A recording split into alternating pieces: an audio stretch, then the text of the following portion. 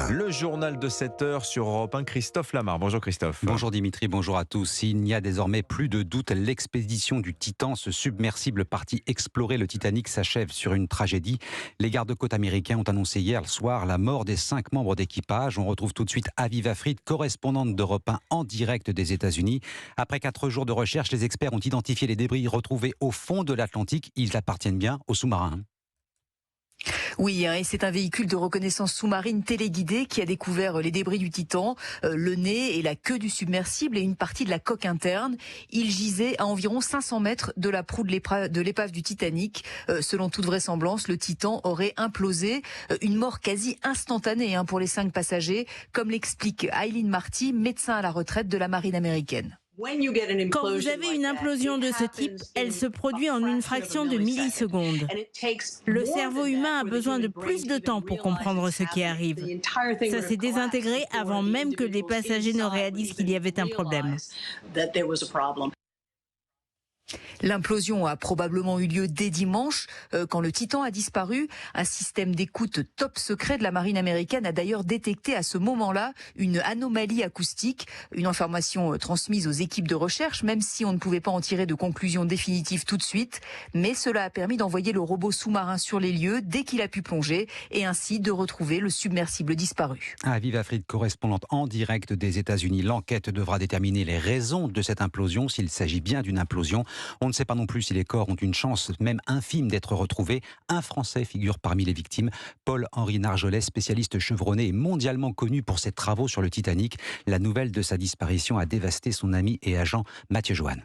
D'apprendre cette nouvelle, de se dire que il va pas répondre à mon dernier message, et ça nous a terrassés. On avait plein de projets avec Paul-Henri.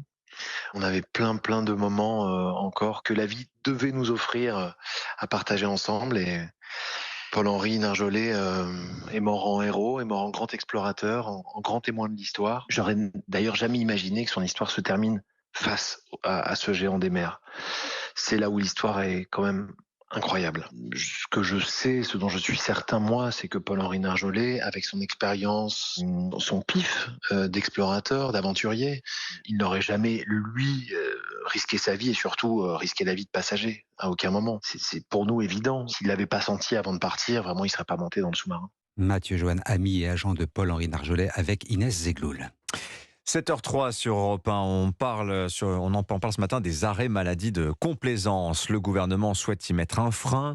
Il y a aussi des arrêts qui se justifient, mais certains salariés refusent pourtant de les prendre. Et c'est le cas de plus d'1 salarié sur 2, conclusion du baromètre annuel BVA sur l'absentéisme. On observe depuis la crise sanitaire une forte augmentation des burn-out. Explication possible, beaucoup d'employés repoussent au maximum le moment de s'arrêter. Des comportements qui ne sont pas sans conséquences pour leur santé et l'entreprise. Margot Faudéré. Après la pandémie, Emma, attachée commerciale dans l'hôtellerie, croulait sous les demandes. Avec le stress et de longues semaines de travail, les douleurs à l'épaule ont commencé à apparaître, mais pas question pour elle d'abandonner ses dossiers. J'aime ce que je fais et j'essaie de le faire le mieux possible. Et je me dis, ça ira mieux demain, je vais prendre mes petits antidouleurs. Après 6 mois de douleurs répétées, Emma n'a pas eu le choix. 2 mois d'arrêt de travail, suivi d'1 an et demi de kiné. D'autres, comme Yann, ne pensaient même pas avoir besoin d'une pause. Pendant la pandémie, il travaillait dans une intercommunalité dans le Finistère. Je pensais que rien ne pouvait m'arriver et que je me disais que ça allait passer et je me sentais vraiment invincible. Pourtant, repousser un arrêt de travail peut avoir des conséquences sur la productivité et sur les relations avec les autres collaborateurs. J'arrivais plus à répondre aux exigences de mon poste, de mes missions. J'étais irritable, énervé. À l'automne 2020, c'est finalement son employeur qui lui a suggéré de consulter un médecin et qui le lui a imposé quelques semaines plus tard.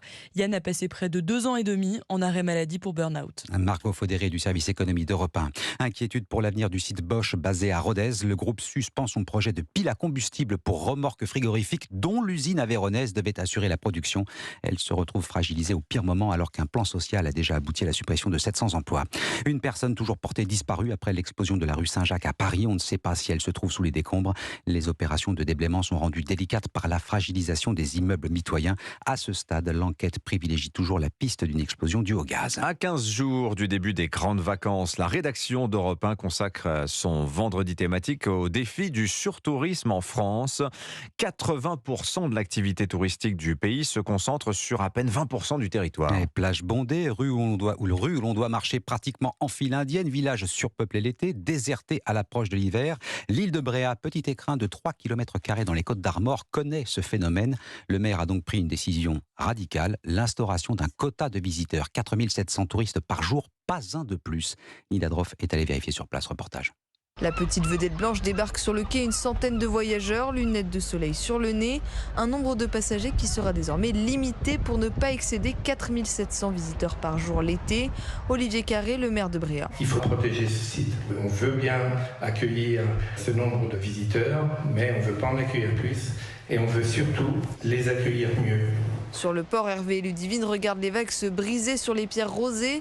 Ses habitants attendaient depuis longtemps une telle décision. C'est une île qui est bucolique et beaucoup de touristes. Ça enlève un peu du charme. Il faut essayer de la protéger un petit peu. Quand il y a vraiment beaucoup trop de monde, les touristes sont mécontents. Ils mettent beaucoup de temps pour faire la traversée. Ils n'ont pas toujours de place dans les restaurants. Donc c'est vrai que c'est assez compliqué, même au niveau civilité, déchets, etc. Mais ce quota est loin de faire l'unanimité. Il inquiète notamment les commerçants et restaurateurs de l'île, comme Nathalie, patronne de la vieille auberge. Nous, on aurait aimé 5500. Pour nous, c'est vital. Ça va être difficile. Ça jouera de toute manière sur l'emploi. Un quota qui sera en vigueur du 14 juillet jusqu'au 25 août, du lundi au vendredi. Un reportage sur l'île de Bréhat de Nina Droff. Allez, on part à New York, que l'aventure commence. Le Français Victor Wembanyama intègre officiellement la NBA, le championnat de basket nord-américain. Il rejoint les San Antonio Spurs, comme Tony Parker avant lui, à l'issue de la draft, ce marché des joueurs qui souhaitent intégrer la NBA.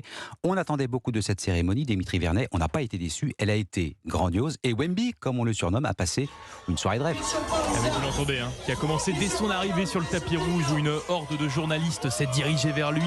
Le potentiel le plus attendu outre-Atlantique depuis un certain LeBron James. Un engouement que Victor Wembanyama a bien compris. En témoigne sa tenue, choisie un costume ultra soigné, couleur vert sapin ou plutôt couleur ovni, comme il préfère le dire. Le vert, c'est une de mes couleurs favorites. Ça fait un peu exoplanète, alien, un peu, tu vois. Après les quelques minutes de détente, le silence est retombé tout de suite au Barclays Center, surtout lorsque le patron de la NBA, Adam Silver, est arrivé sur la scène, enveloppe en main, annonçant à 2 heures pétantes le choix numéro 1 de cette draft décidée par l'équipe des San Antonio Spurs. With the first pick in the 2023 NBA draft, the San Antonio Spurs select Victor Wembanyama. Ah oui, sans surprise, les Spurs ont choisi Wemby, le Français de 2,21 m qui a vu tous les projecteurs se braquer sur lui. Mais après quelques photos avec la casquette de sa nouvelle franchise, ce n'est plus l'alien à la démarche assurée, mais bien le gamin en larmes qui a répondu aux questions de nos confrères d'ESPN.